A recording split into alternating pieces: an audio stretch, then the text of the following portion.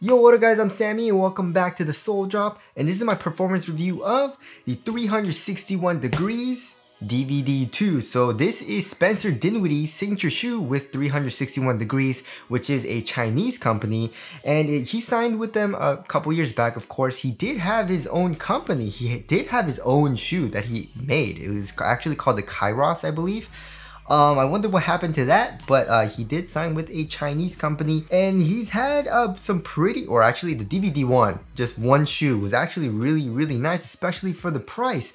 So the DVD 2, when I originally got it, was $100, I believe. But then they upped the price to $125, which honestly, that's still a pretty good price. $125. The tech is, I would say, pretty good for the price, especially the cushioning setup, which, you know, Nike, Adidas, Under Armour, for their cheaper shoes around 100 to 120 bucks, their cushion is not that nice, honestly, you know. But I feel like the cushion is pretty good for the price, but it's still, they increased the price, you know what I mean? So that definitely is a bummer. And also they did the same thing with the AG4. The AG4 was $100, amazing performer, amazing cushion, but now I believe it's like 120, 130 bucks or something like that, which that definitely does suck as well. I don't know why they increased the price, but anyways, if you guys do want to cop, try to leave link in the description box. But let's get it started right off with the Tracciones, and in this colorway we have a solid white rubber outsole, and apparently this is inspired by a car tire somehow. I don't know, it just seems, it looks like more like a maze, especially here in the forefoot. It looks kind of like a corn maze or something. And then we have a circle here in the middle of the forefoot, which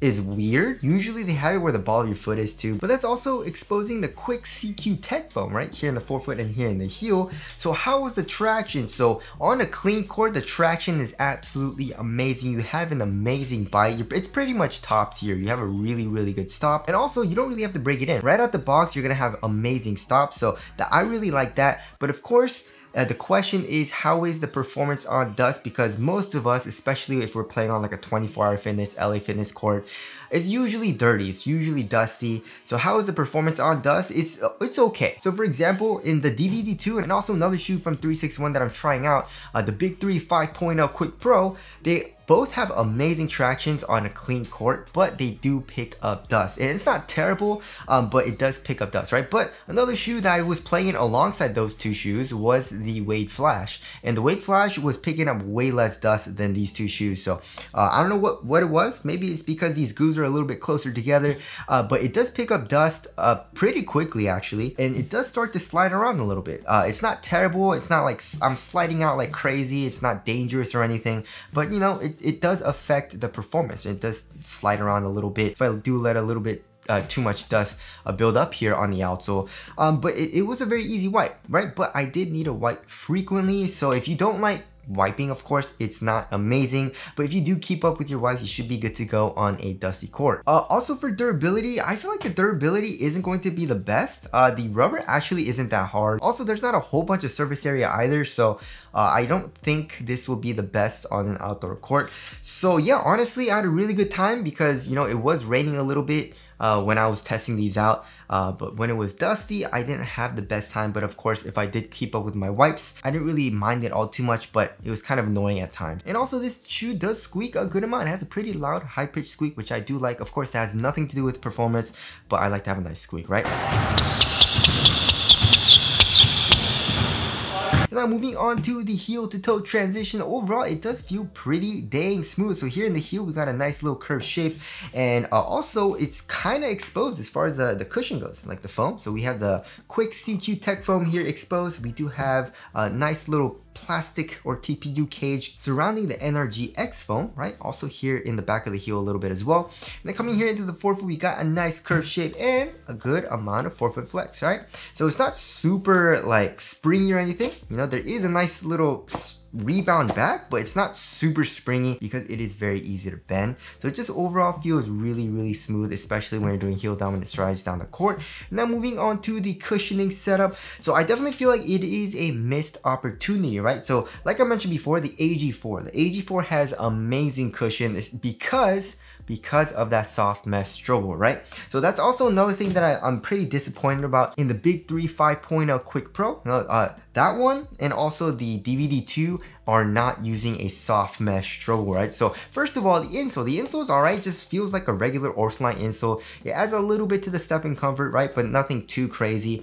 But underneath that, we have like a it's a strobe board that's made of like a felt material almost, kind of, you know? It does feel more like a cloth type of material. It doesn't feel super stiff or anything like that, comparing to like, you know, like old school shoes. Also, you know, some newer shoes like the Luka 2, you know, that strobe board is super duper stiff. I definitely feel like they made it a little bit softer here, but it's definitely not as soft as a soft mesh strobe board, of course. So a stepping comfort definitely isn't super duper nice, right?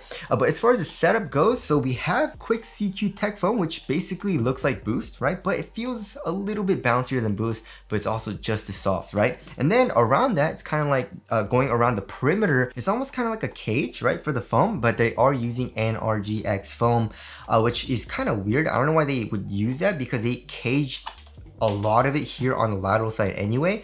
I guess the medial side is more exposed, but I don't really see the need to put it around the perimeter. It just doesn't make sense. Why not just make it full on quick CQ Tech, you know? But anyways, so as far as like the step and comfort goes, right, when you're just walking around, yeah, I am pretty light. I'm only 165 pounds. So, I mean, obviously if you're heavier, you're gonna feel it a little bit more, but I feel like, you know, I'm pretty average weight. So if you're around that weight, I guess, you know, you're probably not gonna feel like super soft step and comfort, you know what I mean? But once I started going, you know, once I started sprinting, jumping, playing ball a little bit hard, I did start to notice a little bit of a bounce, right? It did feel pretty dang nice, but not anything near, you know, like the AG4 or even like the Kai one, the Zap one that have like a really soft mesh strobe board, you know, the AC12 even. So step and comfort is okay, you know what I mean? Also core feel is pretty dang good. Impact protection is adequate though, you know? And also we do have a little bit of heel compression because like I said, we have this part of the midsole exposed. So overall, it's a really like nice cushioning setup if you are a guard. It's a responsive cushioning setup with pretty good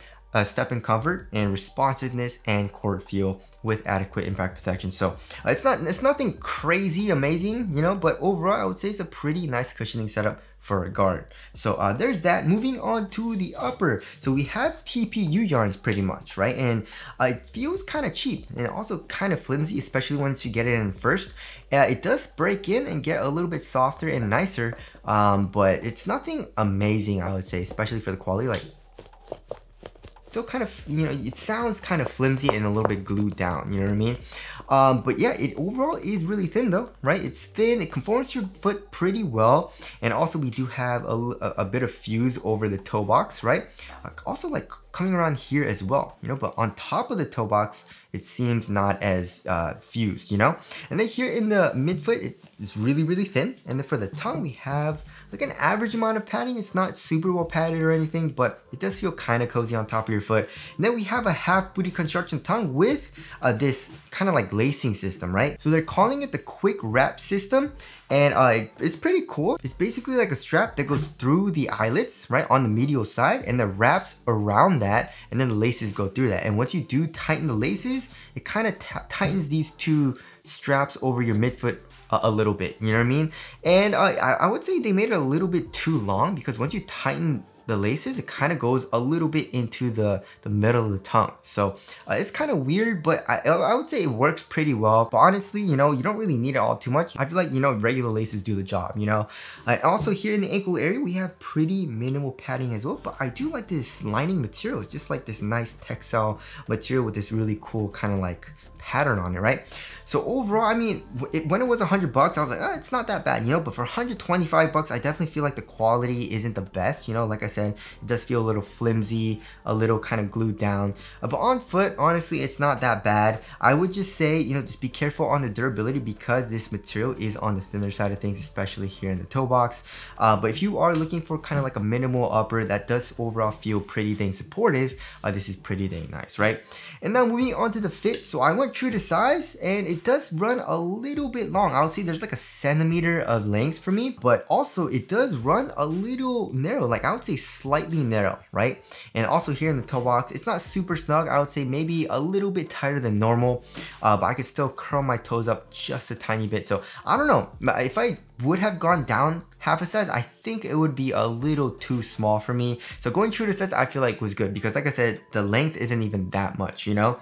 But if you do have like a really skinny foot and you want a really snug fit, maybe go down half a size. But most people, I feel like you should be good going true to size. If you have a wide foot or you want a roomier fit, maybe go up half a size, right? But for me, like I said, it's kind of a weird fit. It's not a perfect fit for me, but going true to size is okay, right? And now moving on to the support and lockdown, honestly, I didn't really have any terrible issues. So for lateral containment, so here on the lateral side, we do have like a little bit of fuse, right, on the material, which does stiffen up the material. And also we have this cage coming up acting as a sidewall here in the forefoot, also here in the midfoot, and then here in the heel. There also seems to be an internal TPU heel counter, like a very, very prominent one. So for lateral containment, your foot really isn't coming out of the footbed at all. And also lateral stability, I was fine, right? There's not a crazy outrigger. It's like, you know, it's not super sharp or anything, but you can see how much the kind of like plastic and also the midsole protrude out here in the forefoot, giving you a very wide base. So lateral stability was good for me. And also I didn't really have any issues with lockdown or heel slippage or anything like that. So overall support and lockdown felt really good. And now moving on to the weight of the shoe. So the shoe actually feels pretty dang light. And let's check. Yeah, 12.55 ounces. That's actually average weight. 12.45 ounces. So the average weight of my shoes is around 12.5 ounces. So pretty much average weight. But it actually doesn't feel like average weight. Like on foot, it feels pretty minimal and pretty dang lightweight. Probably because there's not a whole lot of padding on the upper. And also like nothing's protruding out. It doesn't really feel bulky at all. And you feel very responsive, right? Especially when I was playing on a clean court, I had really good stops. Cushion is kind of comfortable, but responsive and low to the ground. Support's great. My foot felt locked into the shoe. So I felt really quick when I was playing in the shoe, right? Of course, just be careful if you're playing on a dusty court. But like I said, if you do keep up with your wipes, you should be fine, right? And then moving on to the ventilation. Ventilation is pretty dang good, right? As far as like airflow goes, there is a little bit of airflow right here in the toe box through this material and also here in the midfoot. But it's not crazy good airflow, right? But it is a thin material as well. So overall ventilation, this shoe is really, really cool, right? And now moving on to the aesthetics. I feel like it looks okay. It's definitely not my favorite design, but I feel like, you know, the colorways that are coming out look pretty dang good. But in my personal opinion, I think it's a little like too boring. You know what I mean? So anyways, tell us what you guys think of the aesthetics down in the comment section below. So wrapping things up, right? So it actually surprised me a little bit. I actually enjoyed playing in the shoe a little bit, you know? Nothing stood out to me like crazy. Like the traction wasn't absolutely amazing, especially on dust. The cushion, I was expecting a little bit more as well. I definitely feel like they should have put a soft mesh strobe board in the shoe too, because, you know, you are low to the ground, right? I don't think they needed to put like a stiffer strobe board, you know, but like I said, also it's not that stiff either. Support's great. The fit wasn't the best for me either, but it also wasn't terrible, you know. So overall, I did enjoy playing the shoe, but it definitely isn't my favorite shoe to play in right now, right? So if you are a guard and you want a responsive cushioning setup that's also not terrible, then this is a pretty dang good option, especially for $100. If it was $100, I would definitely recommend it to you guys like a lot, right? But because they did, you know, increase the price by $25 and now it retails for $125, it's a little bit harder for me to recommend to you guys. Because, you know, like I said, nothing really stands out to me that much about the performance of the DVD2, but it's still a solid performer. But like I said, it's not my favorite, right? So definitely, if you are a guard, I feel like you'll enjoy this shoe, but it's not like the best performance in my personal opinion. And if you're like a bigger dude, probably not the best option, but I definitely feel like you can make it work because the support is actually pretty good, and also the lockdown. So anyways, that about concludes my performance review of the 361 DVD2. Again, if you guys want to cop, I try to leave a link in the description box. But that's it. Thank you guys for watching, and I'll see you guys in the next one.